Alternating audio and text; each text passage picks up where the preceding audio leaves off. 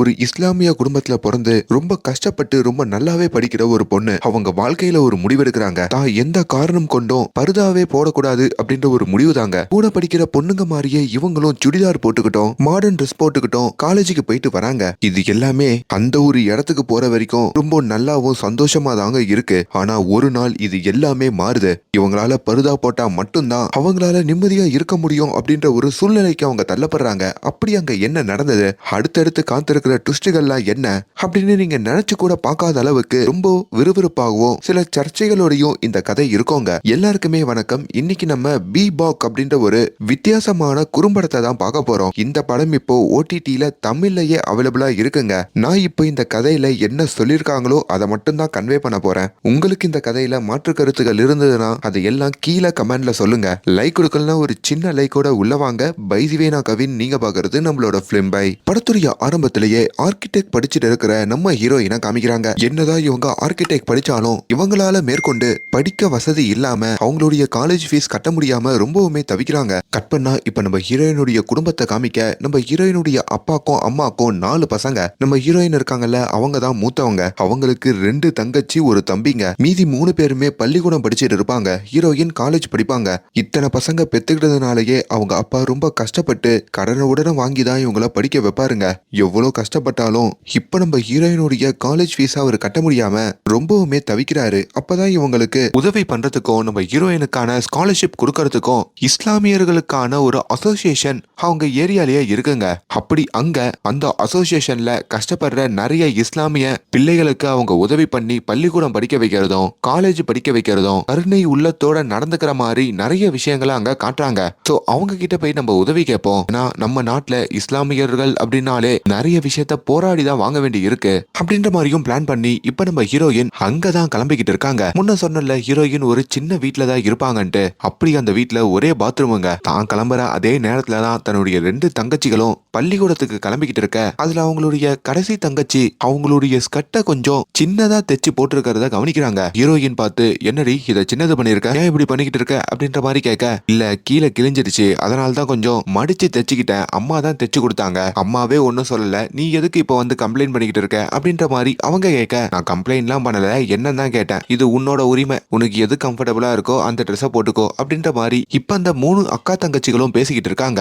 இது நம்ம ஹீரோயினுடைய அம்மாங்க. காலையில தன்னோட பசங்களுக்குலாம் அவங்க டிஃபன் செஞ்சு கொடுக்க, அசோசியேஷனுக்கா போற, அப்போ ஒரு பர்தாவை போட்டுட்டு போ. இது பர்தா போட்டு போணுமா, சரிடி அட்லீஸ்ட் அந்த ஷாலை எடுத்து தலையிலயாச்சும் கட்டிட்டு போ, ஏன்னா அங்க போறவங்க எல்லாருமே அப்படிதான் போவாங்க, நீ போய் நின்னா டிஃப்ரெண்டா தெரியும், அதுக்கப்புறம் உனக்கு அவங்க பண உதவி பண்ண மாட்டாங்க அப்படின்ற மாதிரி சொல்ல, எல்லாம் எனக்கு தெரியுமா, என்னப்பா அம்மா இப்படி இருக்காங்க, நமக்கு கம்ஃபர்டபுளான ஒரு ட்ரெஸ் தானே போட முடியும் அப்படின்னு சொல்ல, இப்போ அப்பாவுமே அவ பேச்சுக்கு அவளை விட எதுக்கு நையின்னு எதனா சொல்லிட்டு இருக்க, இல்லைங்க போறது முஸ்லீம் ஏரியா, நம்மளும் ஒரு இஸ்லாமியரா போகும்போதோ அப்படிதானே போனோம், அதனால தான் சொன்னேன், அம்மா பேச்ச நிப்பாட்டுமா, ஆல்ரெடி டைம் ஆச்சு, அதெல்லாம் நாங்க பாத்துக்கிறோம் அப்படின்னு சொல்லிட்டோம். நம்ம ஹீரோயின் தன்னோட அப்பாவோடையும் ஒரு பஸ்ல கிளம்புறாங்க. ஆக்சுவலி இன்னைக்கு அவங்களுக்கு ஒரு முக்கியமான கிளாஸ் வேற இருக்குங்க. ஆர்கிடெக்ட் படிப்பாங்கன்னு சொன்ன பாத்தீங்களா, அந்த கிளாஸ் எல்லாம் விட்டுட்டு தான் இப்ப அந்த அசோசியேஷன் இருக்கிற இடத்த நோக்கியும் போய்கிட்டு இருக்காங்க. அப்படி அவங்க அப்பா ஒரு முஸ்லிம் ஏரியாக்கும் கூட்டிட்டு போக, அந்த ஏரியாக்குள்ள நுழைஞ்சதுமே அங்க இருக்கிற எல்லா பெண்களுமே பர்தா போட்டுக்கிட்டோ இல்லனா தலையில ஷால் போட்டுக்கிட்டோ தான் இருக்காங்க. இப்ப அந்த அசோசியேஷன் பில்டிங்குள்ளேயும் அவங்க வர நிறைய பெண் குழந்தைகள் படிக்கிற மாதிரியும் காட்டுறாங்க. அவங்க எல்லாருமே அவங்க தலையில ஷால் போட்டு கவர் பண்ணிருக்கிற மாதிரியும் பர்தா போட்டு இருக்கிற மாதிரியும் அவங்க நம்ம ஹீரோயின் பார்க்க, ஹீரோயினுடைய பேரு ஃபாத்தினுங்க. அவங்களும் அப்பா கிட்ட, உண்மையாலேயே இவங்க கிட்ட தான் நம்ம உதவி கேட்டு வரணுமா, ஏன் போன வருஷம் ஃபீஸ் கட்டின மாதிரி நம்ம வீட்டுல இருக்கிற எதனா வித்துடலாம்ல அப்படின்ற மாதிரி கேட்க, எத்தனை பொருளை தான் விற்கிறது, இந்த ஸ்காலர்ஷிப் மட்டும் கிடைச்சிருச்சுன்னா படிக்கிற வரைக்கும் உதவியா இருக்கும், கொஞ்சம் பொறுத்துக்கமா அப்படின்னு சொல்லியும் அங்க கூட்டிட்டு போறாங்க. அங்க ஒரு பெரிய லைன் நிக்குதுங்க. அந்த லைன்லயும் கிட்டத்தட்ட ஒரு 2 மணி நேரம் வரைக்கும் ஹீரோயின் அவங்க அப்பாவோட வெயிட் பண்ண, ஒரு கட்டத்துக்கு மேல அப்பாவை லைன்ல நிக்க வச்சுட்டு நம்ம ஹீரோயின் அப்படியே பக்கத்துல வராங்க. அந்த பில்டிங்ல இருக்கிற நிறைய குழந்தைகள் அங்க விளையாடிக்கிட்டு இருக்காங்க. அங்க விளையாடுற எல்லா பெண் குழந்தைகளும் பர்தா போட்டுக்கிட்டோம், தலைய துணியால கவர் பண்ணிக்கிட்டோம் தான் இருக்காங்க. அதையுமே நம்ம ஹீரோயின் பார்க்க, அதுல ஒரு சின்ன பொண்ணு வந்து நம்ம ஹீரோயினுடைய பேர் என்னன்னு கேக்குது.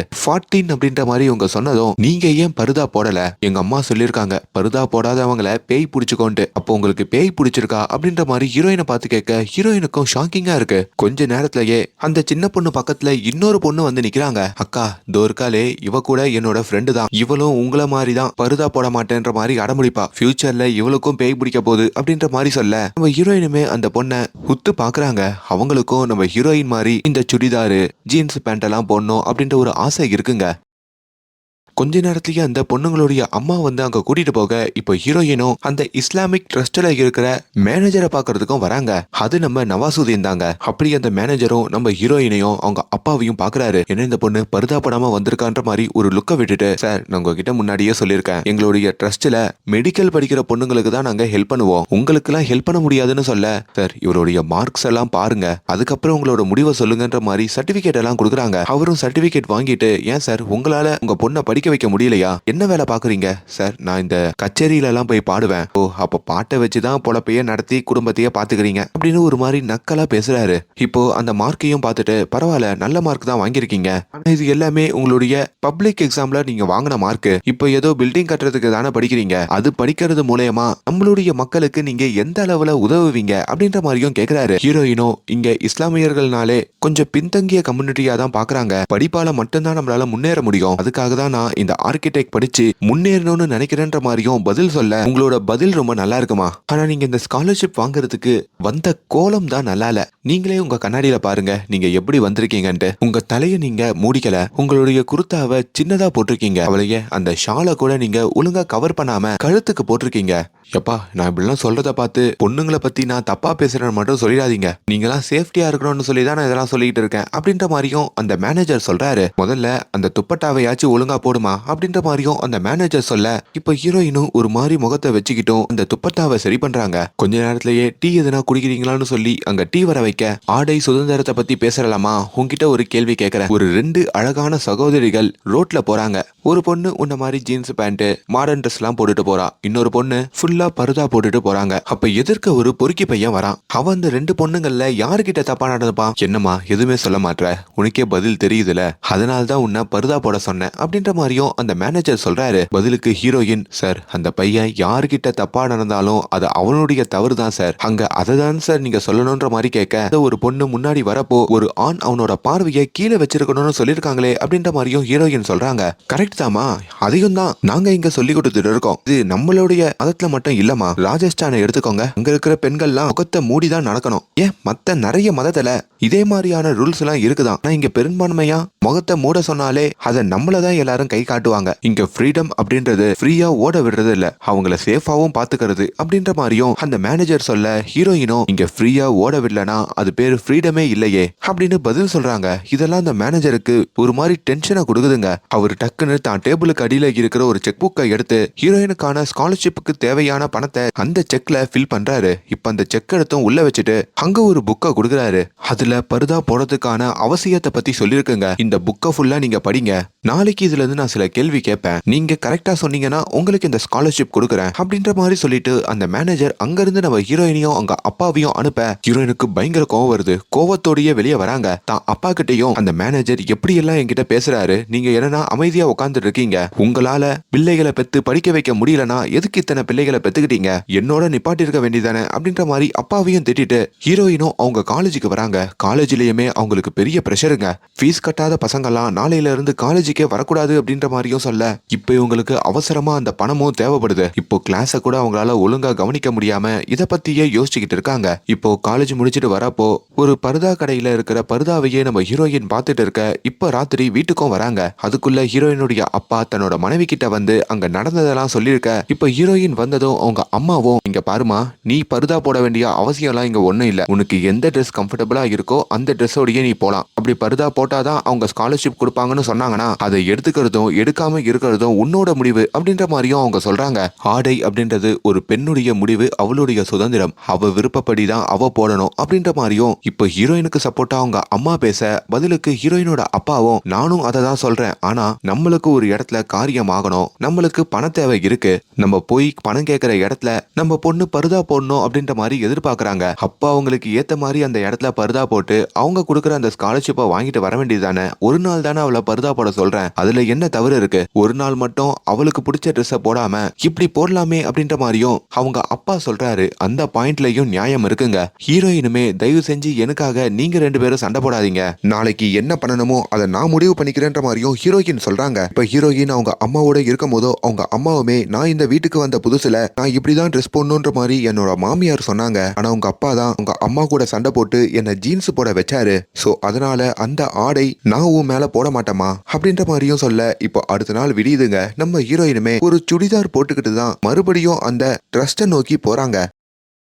அப்படி அந்த ட்ரஸ்டோடைய கதவையை அவங்க தட்ட, இப்ப நம்ம மேனேஜரும் திரும்பி பார்த்தா அங்க ஒரு பருதா போட்டுட்டு நம்ம ஹீரோயின் வந்து நிக்கிறாங்க. அவங்க தலையெல்லாம் கவர் பண்ணிருக்குங்க. பரவாயில்லையம்மா, நான் கொடுத்த புக்கை படிச்சிருக்க போல, அதனாலதான் இப்படி ஒரு மாற்றம் உங்ககிட்ட. சரி, அந்த புக்ல ஒரு 6 ரூல் போட்டிருக்கோம்ல, அந்த ரூல்ஸ் எல்லாம் சொல்லு அப்படின்னு ஹீரோயின் கிட்ட கேக்குறாங்க. Number 1 rule extent. ஆண்களுக்கும் பெண்களுக்கும் வேற வேற. ஆண்கள் தொப்புள்ள இருந்து முட்டி வரைக்கும் மறைக்கணும், பெண்கள் முழுசா எல்லாத்தையும் மறைக்கணும். நம்பர் 2ல இருந்து 6ல இருக்கிற ரூல் வரைக்கும் ஆண்களுக்கும் பெண்களுக்கும் சமமானது.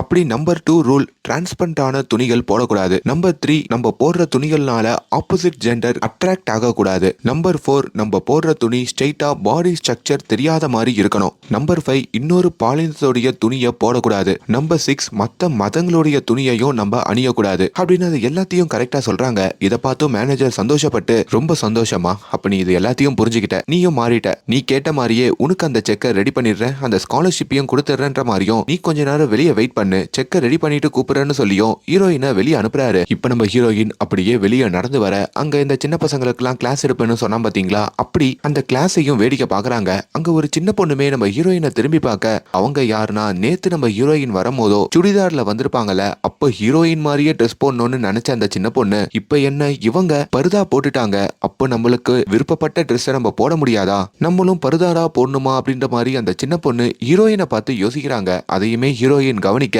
அப்படி ஒரு யோசனையோடைய நம்ம ஹீரோயின் வெளியே வந்து வெயிட் பண்ணிக்கிட்டும் இருக்காங்க. அவங்களுக்கு ஒரே ஒரு விஷயம் தாங்க மைண்ட்ல படுது. இப்ப இந்த பருதா போட்டு ஃபேக்கா நடிச்சு இந்த செக்கை வாங்கணுமா, இல்லனா நம்மளுடைய சுதந்திரத்தின்படி நம்மளுக்கு பிடித்தமான ஆடைகளை போட்டுக்கிட்டு வாழணுமா அப்படின்ற மாதிரி யோசிச்சு அவங்க அந்த டேபிள்லயே அந்த பருதாவை கழட்டி வச்சுட்டு அவங்க அங்க இருந்து வெளியே போறாங்க. அதாவது செக்கு வாங்காமையே வெளியே போயிடுறாங்க. செக்கை ரெடி பண்ணிட்டு கூப்பிடுற மேனேஜருக்குமே அது பெரிய ஷாக்கா இருக்குங்க. இப்ப அங்க இருக்கிற அந்த பருதா துணியையும் அந்த சின்ன பொண்ணு அங்க வந்து பார்க்க, இப்படியே இது ஒரு உண்மை சம்பவத்தை அடிப்படையா வச்சு எடுக்கப்பட்டதுன்னு சொல்லி இந்த கதையை முடிக்கிறாங்க. சோ இந்த படத்துல உங்களுக்கு நிறைய மாற்று கருத்துக்கள் இருக்கலாம், இல்ல இந்த படம் சரிதான், இந்த சமூகத்துல இப்படிதான் இருக்கு அப்படின்ற மாதிரியும் கருத்துக்கள் இருக்கலாம். எதுவா இருந்தாலும் கீழே கமெண்ட்ல சொல்லுங்க. நான் இப்ப இந்த படத்துல என்ன சொல்லியிருக்காங்க அப்படின்றத மட்டும்தான் எக்ஸ்பிளைன் பண்ணிருக்கேன். அண்ட் மேலும் இந்த மாதிரியான வீடியோஸை தொடர்ந்து பார்க்கறதுக்கு நம்மளோட சேனலை சப்ஸ்கிரைப் பண்ணுங்க. Thank you so much.